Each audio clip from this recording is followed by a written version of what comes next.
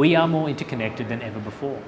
And yet, in the midst of all of this technological connectedness, so many markers of human flourishing continue to go backwards. And in fact, our loneliness and anxiety levels are going up.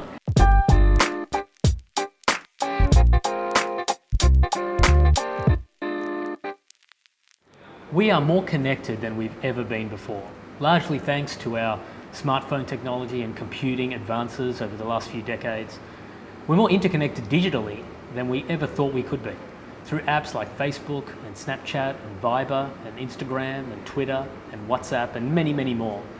We see computing technology taking us to new levels of digital connectedness.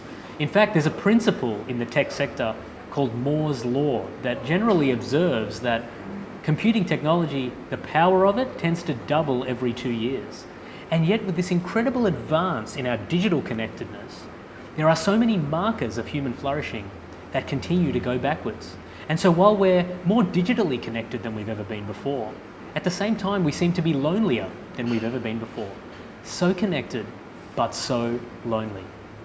And we see this with incidents of mental ill health, social dysfunction, social exclusion, anxiety, depression, suicide, and the list goes on. What does this tell us about ourselves and the kind of connectedness that we're actually looking for? Well, it tells us some very important things. It tells us, to begin with, that the nature of the connectedness and the relationships that we're looking for are not being satisfied by the superficial nature of some of our digital interconnectedness.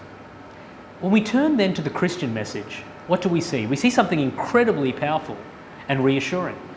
The Christian message posits that we were made by God for two purposes: to be in loving relationship with Him and to be in loving relationship with each other.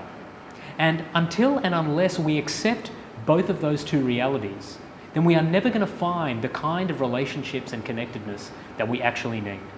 Our hearts long for belonging, our hearts long for relationship, and our hearts long for identity.